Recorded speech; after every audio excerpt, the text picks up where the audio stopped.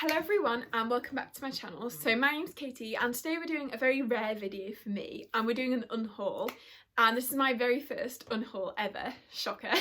But I was recently rearranging my bookshelves and there was quite a few books that I just really don't need anymore in my life. I don't need their toxic 2010 energy. So I feel like this is going to be quite a good video for like the classic throwback. If you were a reader many years ago. There's some bangers on here. But yeah, so these are books that I just want to get rid of. Either series I feel like I've grown out of and I don't want to keep to like give to my children one day. Because like some series I do like to keep even if I feel like I won't ever reread them. I feel like I just want to keep them either for like nostalgia value or to like give to my kids one day. But these I feel like I'm taking out the trash. Yeah, and there's some problematic authors as well, which I don't really want to keep their books.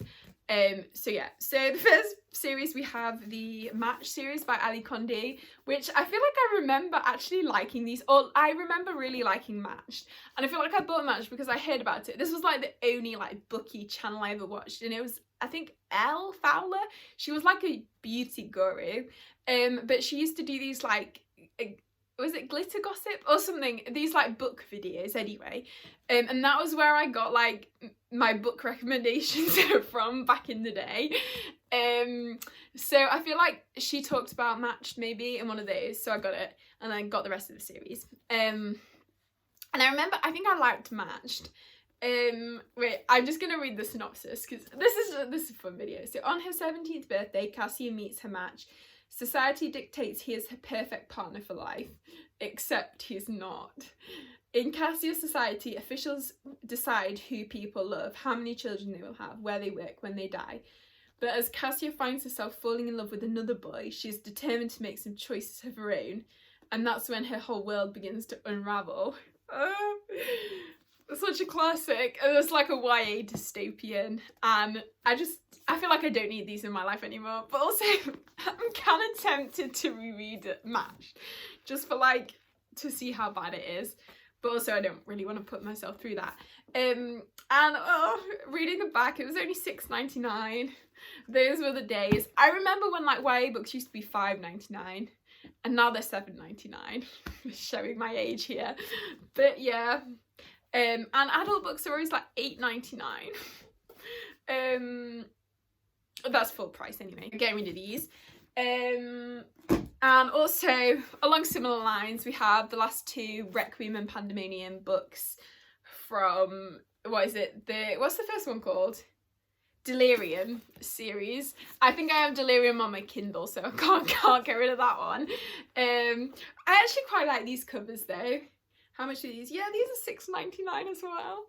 Those were the days. But yeah, this was like a story, and I feel like it was a world where like love was forbidden. The main character falls in love from this guy like over the fence or something.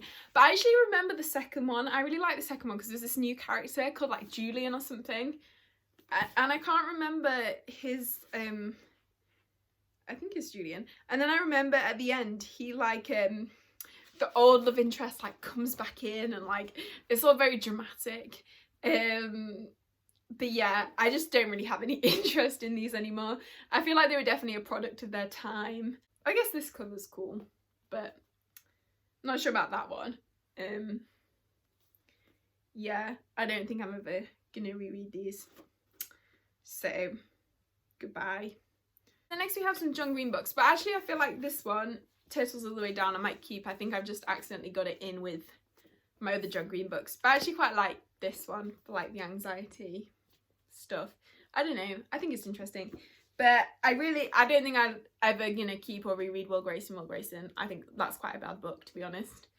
I don't know if I remember much about it. I feel like there's two characters with the same name, but I feel like there's some quite problematic elements. And yeah, I'm never going to reread it, so goodbye. And also An Abundance of Catherine. So I think I got this one because my name is Catherine, although I always go by Katie. I don't really know why my parents call me Catherine, but anyway, so I wanted it because it's my name. And also I feel like John Green was super popular at the time. And I feel like this is a book where this guy is only interested in girls called Catherine. But I feel like it's fairly like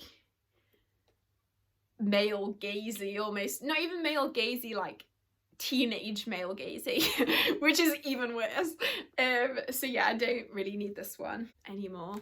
So goodbye, Catherine's. These are all buy one get one half price, I've noticed. This was like pre when I took the stickers off. I still love a good buy one get one half price, but I always take the stickers off now. Obviously in the old days I just didn't care. So this next one we have Carved Mark by Veronica Roth, and I feel like I bought this one a long time ago, like definitely pre-discovering BookTube, but post like the classic dystopian days, but I just never got around to reading it, and now I feel like it's really not my taste at all. But Veronica Roth wrote Divergent, and I remember I really loved Divergent. I don't own them physically because I think I read them from the school library. I can remember reading them like in a caravan in the Netherlands on one holiday. I think it was an October holiday. I just have really vivid memories of that. Yeah, anyway, so I like Divergent, so I mean, please don't judge 14-year-old Katie. But I wanted to get this one, which I don't even know what it's about. But I feel like I've heard this one's actually a bit problematic. Oh, so one of the main characters, she can transfer pain with her touch. I feel like that was another era of, like, the Shatter Me era. We're having a through the ages journey here of all the different eras of YA. Okay. So Akos is kidnapped. He must be the love interest. And forced to serve her. It's clear that their hatred is mutual. Oh, this is a classic. I feel like maybe I should read this because I haven't even read it, so I feel like getting rid of a book, but also I have no desire to read it. The world is on the brink of political chaos, and Akos and Sira must decide if they are willing to fight what's right, even if it means betraying their families and countries. When the time comes, will they choose loyalty or love? Oh, that just describes every single YA book ever. But yeah, anyway, so I don't need this one, so goodbye. Well, I guess I don't need any book, but really don't need that one. Okay, the next we have Zenith, which I believe is written by a booktuber. And I had no idea. I think I bought this like before I even knew about BookTube, because I like the sound of it. But since joining BookTube, I've heard nothing but bad things.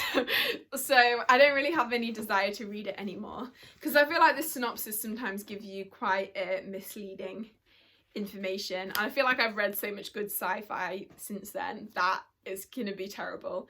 I mean, maybe I should read it. How do they have a Sarah J Maas quote on the front? Poor Sarah J Maas. But yeah, I don't think I'm really interested in reading this anymore. Yeah. Which I think is kind of funny that I ended up buying a booktuber's book before I even knew about BookTube. I feel like that's poetic.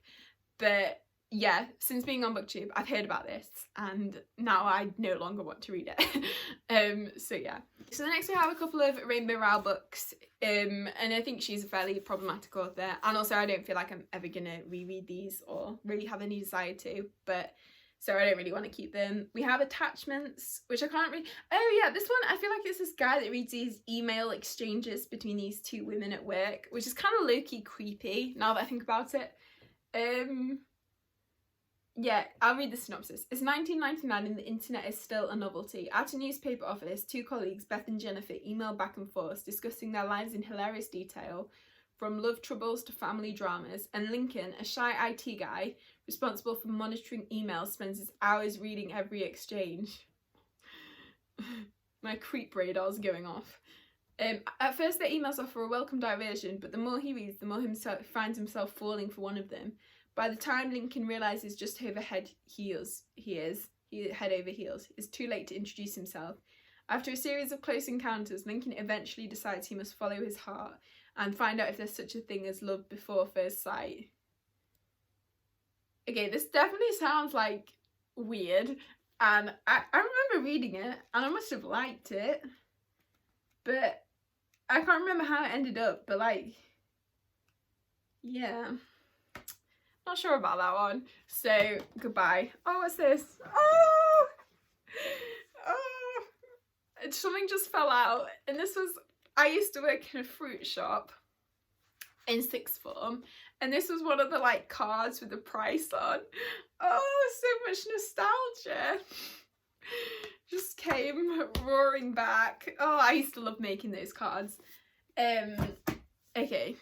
And then also Fangirl, which I enjoyed Fangirl actually when I read it, but I don't think I'll ever reread it. And this was like a while ago, so I don't think I would enjoy it anymore really. And then we also have a couple of Philippa Gregory books. So I think I went through a phase where I liked Philippa Gregory books, but also now I feel like it's just not my genre and not my interest.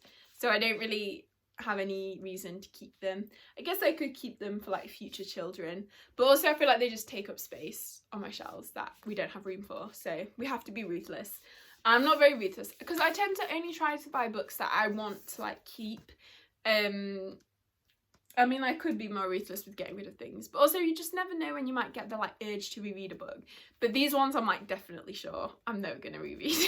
So yeah, this one is, I think it's White Princess. So this one, it's like the daughter of the White Queen. I can't remember what actually historical character it is. Elizabeth of York. And I think Richard III, I don't know. Anyway, they follow like historical people. And then this one, I don't really know what this one's about. I think it's a bit more like fantasy historical. And it's, what is it? I might be tempted to keep this one actually, because just for that map. So accused of person expelled from his monastery, a handsome, I like how it specifies he's handsome, 17-year-old Luca Vera is recruited by a mysterious stranger to record the end of times across Europe.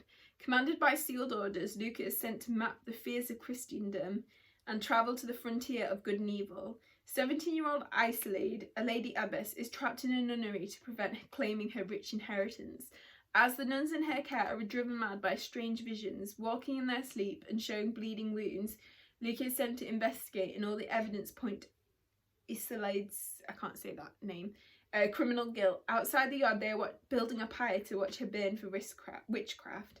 Forced to face the greatest fears of the medieval world, dark magic, werewolves, and madness, Luca and Isolde embark on a search for truth, their own destinies, and even love, as they take the unknown ways to the real historical figure who defends the boundaries of Christendom and holds the secrets of the Order of Darkness.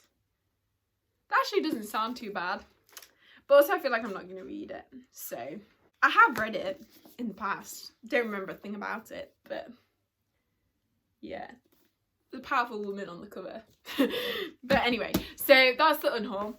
I hope you enjoyed this video. I kind of had fun filming it. I don't know what you can leave in the comments. Leave me an emoji of some kind if you got this far. I don't like saying like leave an emoji because I always watch videos from my laptop and then I can never leave emojis, so I feel left out. But also I want people to know I watched the whole video. So sometimes I try and come up with puns using the emoji word. So I'm expecting your best puns if you're not have access to emojis. But we will have a, what should we have? We'll have a flame emoji because they're carrying flames on the front of this one. Okay, so yeah, if you enjoyed the video, please give it a like and consider subscribing if you haven't already. And I hope you're all having a great day, and I will see you next time.